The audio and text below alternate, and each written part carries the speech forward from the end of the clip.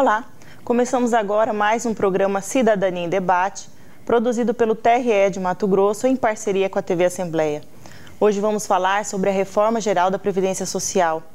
Muitos parlamentares, gestores públicos, economistas afirmam que a reforma tem que acontecer para que haja continuidade no pagamento das aposentadorias e pensões. Por outro lado, é uma grande parcela da sociedade que diz que a reforma não é necessária. No programa de hoje, eu e o jornalista Daniel Dino vamos bater um papo sobre esse importante assunto com a advogada e professora de Direito Previdenciário, Camila Regina Santos.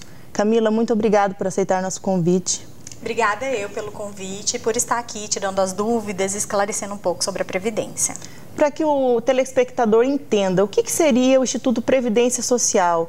No Brasil, nós temos um regimento único?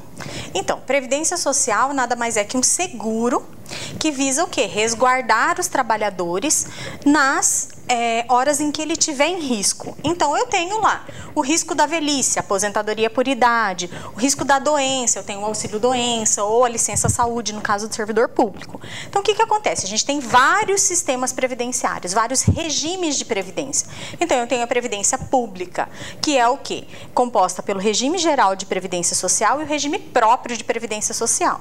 E a gente tem a Previdência Privada, que é aquela dos bancos, né? Que são o quê? Que eu vou lá no banco, fecho um contrato com o banco e vou o quê? Vou complementar minha aposentadoria de acordo com as contribuições que eu verter para aquele fundo bancário, que é o quê? Que é revisto ali de acordo com o seu contrato com aquele banco. Mas, entre o regime próprio e o regime geral de previdência, digamos que o regime geral ele é mais abrangente, ele abrange todos os trabalhadores da iniciativa privada. E o regime próprio é para aquele servidor público, seja ele federal, estadual, municipal, e a gente ainda tem a figura do militar. Então, cada um desses, eles são regidos por leis específicas, tem normas de acordo com o regimento interno deles e com a lei específica do servidor público. No caso, a reforma que se discute hoje no Congresso é a reforma do regime geral da Previdência Social. Então, a medida provisória que saiu este ano, em 2019, ela trata de uma mini-reforma que já está acontecendo no regime geral de Previdência Social. Porém, eu acredito que mais para frente todos os servidores também serão abarcados por essa reforma. Primeiramente, quem vai ser acometido pela reforma é o regime geral. Nós falamos muito da reforma, da Previdência Geral, mas vamos explicar um pouquinho para quem está em casa como que é composto, como é que essa Previdência funciona. Então eu queria que a senhora falasse um pouquinho das fontes de financiamento, da onde que vem os recursos dessa Previdência Geral.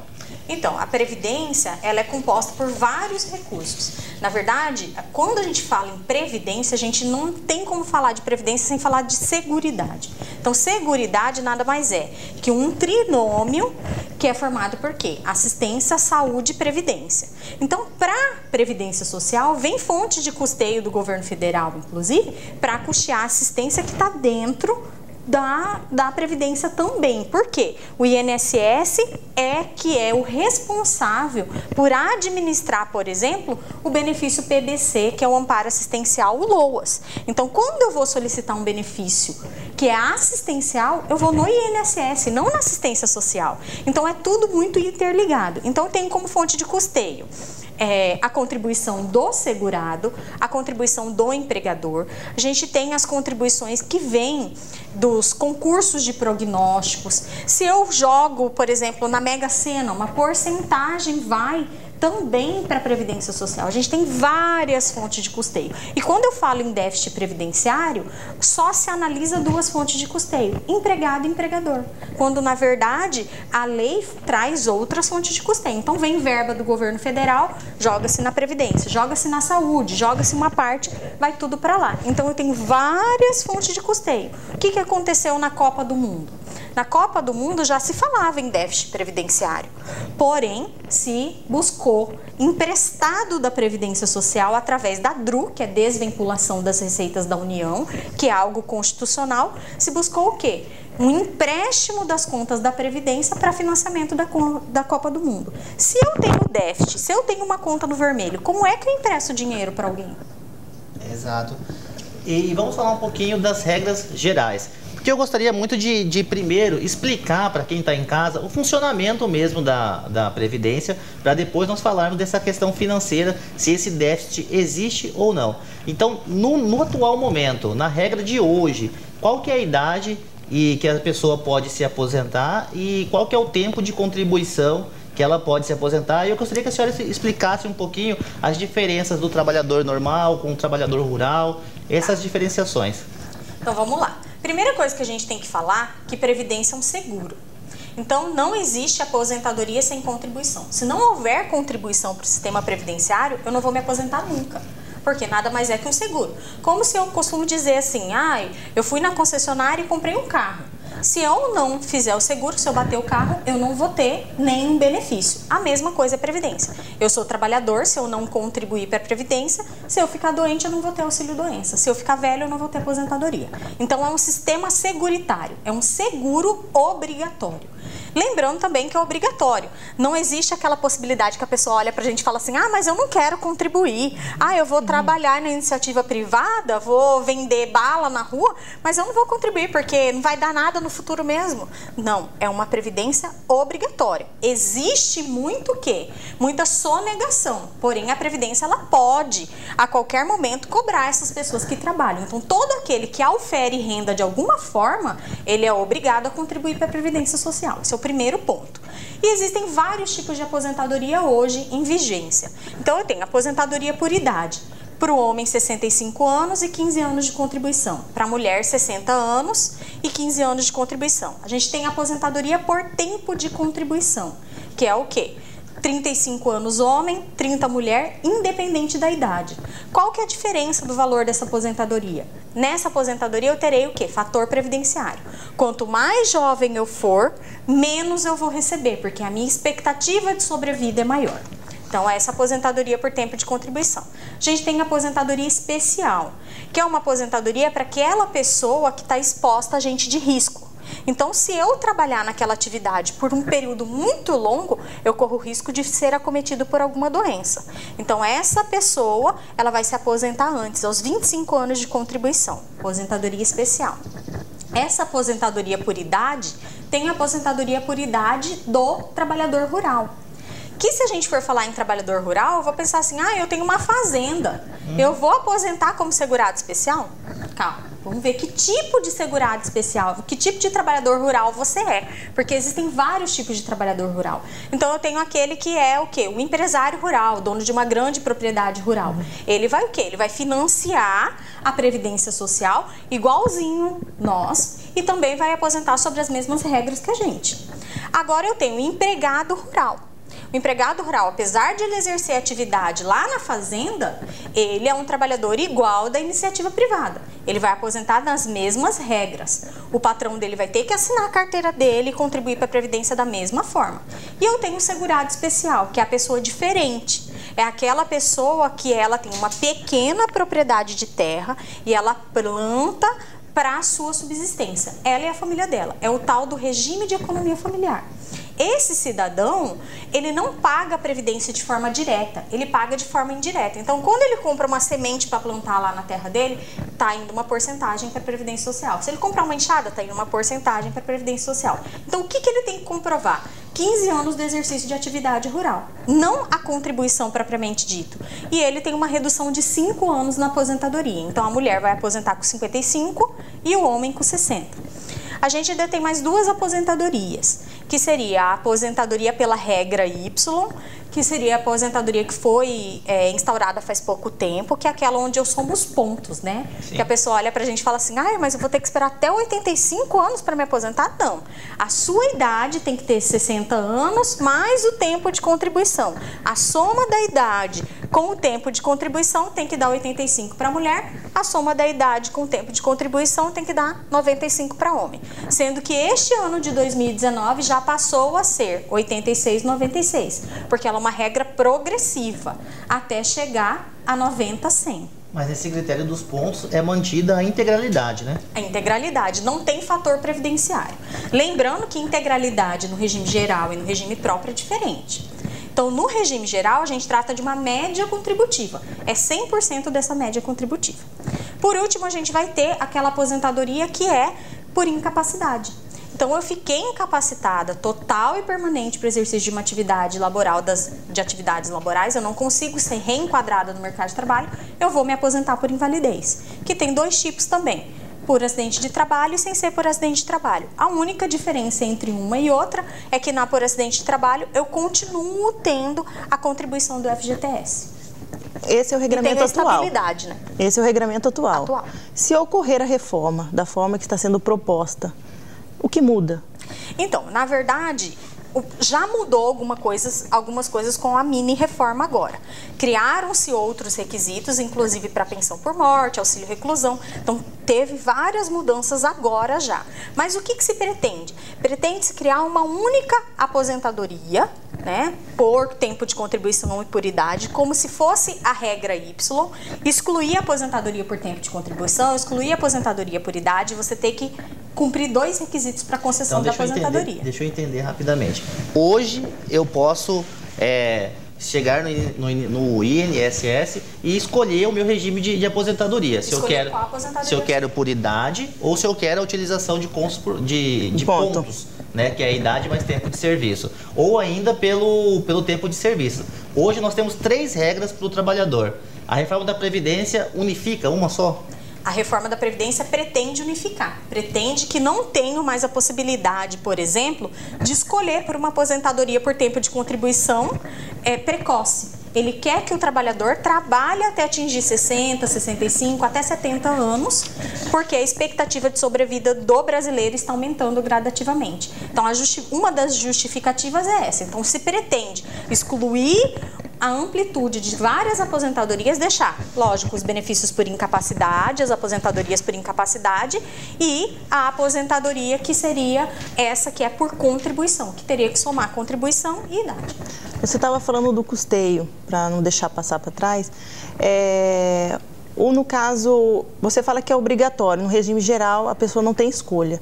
Mas se eu, por exemplo, adoto o regime próprio, eu sou obrigado, mesmo assim, contribuir para o geral? No caso, uma servidora pública que tem um regime próprio. Não. O servidor público, ele não é segurado obrigatório da Previdência Social, porque ele tem um regime próprio dele. Então, os segurados obrigatórios são quem? São os empregados, empregados domésticos, trabalhador avulso, o contribuinte individual, que seria o autônomo. Esses são obrigados a contribuir para o regime geral de Previdência Social. O servidor público, quando ele presta concurso, ele é obrigado a contribuir para a Previdência dele, mas ele tem a opção de contribuir hoje para a Previdência só e para um fundo complementar, porque os servidores públicos federais, eles já têm um teto determinado por lei, que é o mesmo teto do INSS. Desculpa, André, eu estava conversando com uns colegas meus e é uma dúvida, eu acho que de muitos homens, que é aquele ano obrigatório que você faz no serviço militar, ele pode contar na Previdência na hora de aposentar? Então, o tempo de serviço militar, ele conta como tempo de contribuição, como tempo de serviço, na verdade, né? A gente não se usa mais essa nomenclatura, porque não existe mais aposentadoria por tempo de serviço, né? Mas ele conta como um tempo de serviço, ele não vai contar como tempo de contribuição, porque não entra no cálculo do valor, né?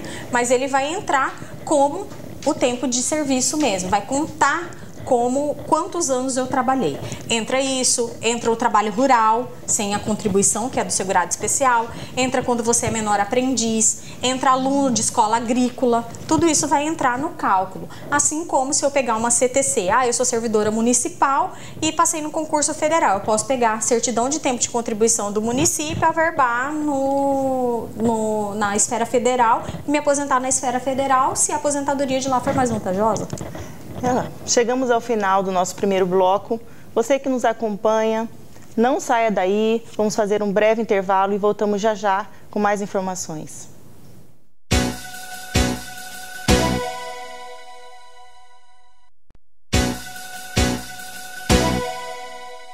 Olá, voltamos a apresentar o programa Cidadania em Debate. Hoje estamos falando sobre a reforma geral da Previdência Social com a advogada e professora de Direito Previdenciário, Camila Regina Santos. Camila, para aquelas pessoas que ainda não se aposentaram, nas regras atuais, há um teto máximo de pagamento? Então, no regime geral de previdência social, 5.900 e alguma coisa está hoje o teto da previdência, né? Todo ano ele reajusta, então 5.900 mais ou menos, que ele iria ser o teto da previdência. Lembrando que para o trabalhador da iniciativa privada, a gente fala em média das contribuições. Então, eu pego de julho de 94 até um mês antes da aposentadoria, excluo 20%, a média de 80% vai gerar ali um valor específico. Aí, de acordo com cada aposentadoria, é o valor da RMI, que é renda mensal inicial. Então, se eu tenho fator previdenciário, esse valor vezes fator previdenciário. Se é uma aposentadoria por idade que não deu 100% ainda, vezes o percentual que é dessa aposentadoria. Para o servidor público, antigamente se falava tudo em paridade e integralidade. O que é paridade? Paridade é quando o servidor da ativa ele tem um aumento, o servidor da inatividade tem o mesmo aumento do que esse servidor da ativa. Ele acaba seguindo o mesmo salário que está atual. Agora, já a integralidade, ele aposenta com o salário real dele na data da aposentadoria. Só que desde 2003, os servidores públicos federais, ele já excluiu essa figura da paridade. E em 2007 passou a excluir o quê? A figura da integralidade. Hoje também é média contributiva, então ele tem que seguir as características para poder receber.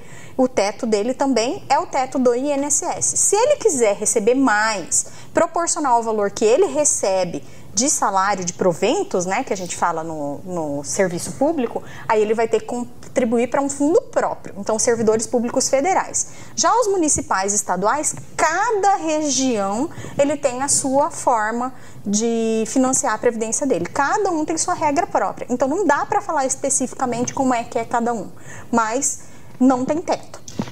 Tem muito servidor que não está, muito servidor do município, muito servidor do estado, que não está estudando, não está acompanhando o que é a reforma da Previdência, justamente que ele acredita que ele tem um regime próprio, que o município tem um regime próprio, que o estado tem um regime próprio. E eu queria saber, essa reforma da Previdência, ela vai afetar esses regimes próprios ou não? Continua tudo separado? Eu, Camila, acredito que o futuro da Previdência é um regime único. Tá? Regime único previdenciário, vai todo mundo para o mesmo barco. Porém, hoje, a medida provisória que saiu agora em 2019 são só para iniciativa privada, só para quem é regido pelo regime geral de previdência social. Ah, tá. E como que muitas pessoas... A princípio, quando falo de reforma, só está excluído militar e parlamentar. Militar e parlamentar. Então, uma coisa que eu vi os memezinhos na internet, né? Hoje em dia tudo é meme, é internet. E tem gente falando que a reforma da Previdência vai impactar sobre os velhinhos, vai impactar sobre quem já está aposentado. É verdade? Não, quem já está aposentado, ele já tem direito adquirido essa aposentadoria dele. Ele não pode, inclusive, abrir mão da aposentadoria. Então, é um dos requisitos da Previdência Social não poder abrir mão. Então, ele não pode ser prejudicado, porque ele tem direito adquirido a esta aposentadoria que ele já recebe. Tá, mas tem um pontozinho na reforma que fala sobre as pensionistas. O que tem ali de mudança para as pensionistas? Então, se eu já recebo a pensão, nada muda. Sim. Já uns 2 anos atrás já mudou, que hoje ela não é mais vitalícia, então é de acordo com a idade da viúva, então, ou do viúvo, né? Então, conforme a idade, é o tempo em que eu vou receber. Eu só passo a receber um valor vitalício se eu já tenho lá mais idade, que eu já sou mais velha. Se não, uma moça de 23 anos que perdeu o marido, ela vai receber lá 3 meses e só. Então, é uma ajuda naquele período para a pessoa correr atrás da vida dela, que eu acho correto. Então, ele foi fracionado de acordo com a idade da pessoa. Hoje, a principal mudança na pensão por morte é que antes a pensão por morte não tinha carência. Sim. Então, se o trabalhador contribuísse 1 mês só para a Previdência e morresse, a esposa dele ia receber a vida inteira. Então, agora não. Agora ele tem que verter 18 contribuições para o INSS de carência, tem que comprovar 2 anos de união estável. E existe uma cota, que seria uma cota futura, que ela já vai ficar retida pelo INSS. Então, por exemplo, Andréia, ela é sua esposa e você morreu. Eu apareço depois, alegando que eu era sua amante. Ah, não, eu que estava com ele nessa época. Para eu receber a pensão, eu vou ter que ir lá no INSS e falar, olha, eu ainda vou provar judicialmente que eu tenho direito à pensão. O que o INSS vai fazer para resguardar o dinheiro lá da Previdência? Sim. Ele vai tirar a minha cota à parte, reter, não vai passar para a Andréia a integralidade até esperar a decisão judicial. Então, vai reter as cotas partes. Isso vai acontecer muito com investigação de paternidade. Então, eu tô grávida e alego que o filho é seu. Vou falar, não, ó, meu filho tem direito porque é filho dele. Então, vamos esperar a investigação de paternidade para verificar se a criança tem direito. Aí vai tirar essa cota para esperar a decisão. E um menor absolutamente incapaz, que é o menor de 16 anos, antes, se eu entrasse lá, meu pai morreu quando eu nasci, e eu fosse lá no INSS com 15 anos e 11 meses solicitar a pensão por morte. Olha, eu descobri que fulano é meu pai e ele morreu quando eu nasci. Tá aqui a decisão judicial, tal, parará. Eu ia receber desde o meu nascimento, desde o óbito. Eu ia receber todo esse período. Agora não. O menor de 16 anos, ele tem 180 dias para requerer o benefício. Então, se ele não sabe que ele tem direito, ele vai perder esse retroativo. Ele só vai receber daqui para frente. Por falar em pensão, é possível acumular pensão e aposentadoria? Pensão e aposentadoria, sim. Então, por quê? Porque a fonte de custeio é diferente. Já se pensa em não poder futuramente. Mas hoje o que acontece? O meu marido, ele trabalha e contribui para a previdência dele. Eu sou o quê dele? Dependente. Então, se eu sou dependente, eu tenho direito à pensão. Agora, eu financiei a minha aposentadoria. Eu paguei para ter direito à minha aposentadoria. Então, eu posso acumular minha aposentadoria com a pensão dele. Mas, futuramente, eles pretendem que não seja. Só sejam para aqueles que têm realmente um grau de dependência. Vamos supor que a reforma seja aprovada. Haverá regras de transição para aquelas pessoas que, a hora que a lei entra em vigor, ela já tem o tempo de contribuição, já tem a idade, ou elas vão ser atingidas pela medida? Então, na verdade, as pessoas confundem assim, eu já pago a Previdência, eu tenho direito a essa aposentadoria. Não, você não tem direito adquirido a nada. O direito adquirido no direito previdenciário, ele só passa a existir a partir do momento em que a pessoa implementa as condições para uma aposentadoria. Então, quem tem direito adquirido hoje? Quem tem 60 anos de idade e 15 anos de contribuição. Tem direito adquirido a uma aposentadoria por idade. Se mudar, ele vai continuar tendo direito a essa aposentadoria por idade, mesmo tendo mudado. Agora não, eu não tenho direito adquirido e veio a mudança. Não é justo que eu tenha que mudar drasticamente. Eu acredito que vai ter uma tabela progressiva igual teve na aposentadoria por idade. Antigamente, a aposentadoria por idade era 5 anos de contribuição, 60 meses. Aí o governo ia chegar e falar assim, olha, senhorinha, você está com 59 meses de contribuição, agora você vai ter que pagar 180 meses. A pessoa com 60 anos ia infartar, porque já um mês que vem ia aposentar. Então, o que o governo fez na época? Criou uma tabela progressiva. A cada ano ia se aumentando 6 meses de contribuição. Então, para aquele que já estava perto, não ficar tão distante. Então, eu acredito que possa ter alguma regra de transição nesse sentido. Já se fala em 50% do que faltava. Então, se faltava 5 anos para mim me aposentar, eu vou contribuir mais esses 5 anos que faltava, mais 2,5, que seria 50%. Já se fala nisso, mas não se sabe realmente como será. Agora que nós explicamos bastante o que é a Previdência, o que é a reforma da Previdência, eu quero fazer uma pergunta para a senhora. Com base nos números que a senhora acompanha da Previdência, ela é necessária? A Previdência está quebrada? Então, nós previdenciaristas, a gente bate na tecla de que não existe déficit previdenciário. Porque o cálculo feito para o governo para lançar para a população que existe um déficit previdenciário é apenas da receita e da despesa do que o empregado contribui e o empregador contribui.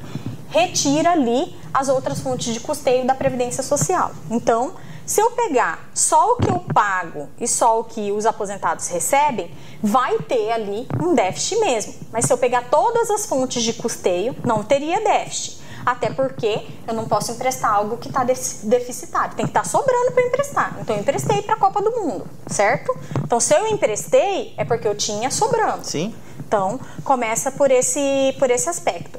A longo prazo, disse que o nosso país será um país de idosos. Pode até ser, mas a longo prazo. Talvez hoje não seria necessária a reforma. Concordo com alguns pontos? Concordo. Outros pontos, não concordo. Eu acho que aquele que começou a trabalhar antes, mais jovem, aquela pessoa mais humilde, ela vai ser mais prejudicada pela reforma, tanto no valor do benefício quanto no tempo de contribuição. Por isso, não concordo com a reforma agora. A senhora participa de estudos, né, sobre a reforma da Previdência. Sim. Qual que é? Existe um consenso de uma opinião, de um projeto alternativo? O que poderia ser feito? Então, na verdade, a gente estudaria formas, a gente estuda formas de o quê? De continuar tendo essas mesmas aposentadorias que existem, com as mesmas regras, porém, eu concordo com o sistema de capitalização, em que cada um paga o seu. Separa, hoje já na própria reforma já vai se separar o que é assistência do que é previdência, vai ser tudo separado e vai ser sistema de capitalização e não de repartição mais, para que você tenha condições de fiscalizar o seu dinheiro ali. Você vai contribuir para uma conta sua, como se fosse uma poupança. Então o sistema de capitalização, cada um individualizado. Hoje no sistema de repartição eu contribuo hoje para pagar a previdência de quem está aposentado hoje. No futuro, outras pessoas trabalharão para pagar a minha aposentadoria. E se lá no futuro não tiver outras pessoas para trabalhar? Então, pensando nisso, algumas coisas a gente ainda concorda, outras coisas não. Você que acompanha, né, a reforma, você acredita que ela vai ser aprovada? Ou ainda há muito a se discutir, vai demandar tempo? Então, na verdade, tanto a medida provisória que já está em vigor quanto a reforma, eu acredito que ela não vai sair da forma que está sendo feita. Proposta. A medida provisória tem muita coisa que está em vigor hoje através da medida provisória que não vai para frente. Um exemplo deles é a possibilidade da penhora de bem de família. Por quê? Eu tenho uma norma constitucional que proíbe a penhora de bem de família. Não pode vir uma lei, não pode vir uma medida provisória simplesmente destruir aquilo que uma lei maior fala. Então, tá errado. Então, não vai poder virar lei porque não tem como virar lei. Então, um absolutamente incapaz, ele não pode ser prejudicado porque a lei já dá para ele privilégios por ele ser absolutamente incapaz. Então, tem coisas dentro desculpa te interromper, eu não entendi essa parte. Penhora do bem de família, o que seria isso? São duas coisas que hoje já mudou. Então, está sendo feito um pente fino. Sim. Esse pente fino está continuando através da medida provisória de 2019. O que esse pente fino visa? Visa verificar irregularidades. Então, verificou que você tem uma irregularidade, você vai ter 10 dias para ir lá fazer uma defesa.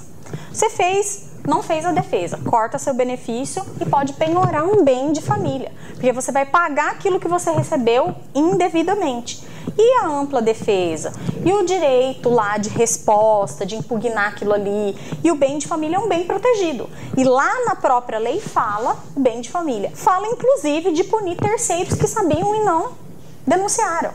Então, minha vizinha sabia, eu vou denunciar, vai pagar por mim porque ela sabia que eu recebia. Então, ficou mal redigido. Sim. Essa é uma coisa que ficou muito mal redigida. E eu acredito que não passe. Além disso, existe que as centrais sindicais, os sindicalistas falam muito que além do superávit da Previdência, existem muitas empresas sonegadoras, existem grandes grupos que devem milhões, bilhões para a Previdência. O governo, a proposta de reforma prevê alguma medida para atingir essas pessoas, essas empresas? Na verdade, até a própria cobrança através do que? Da penhorabilidade.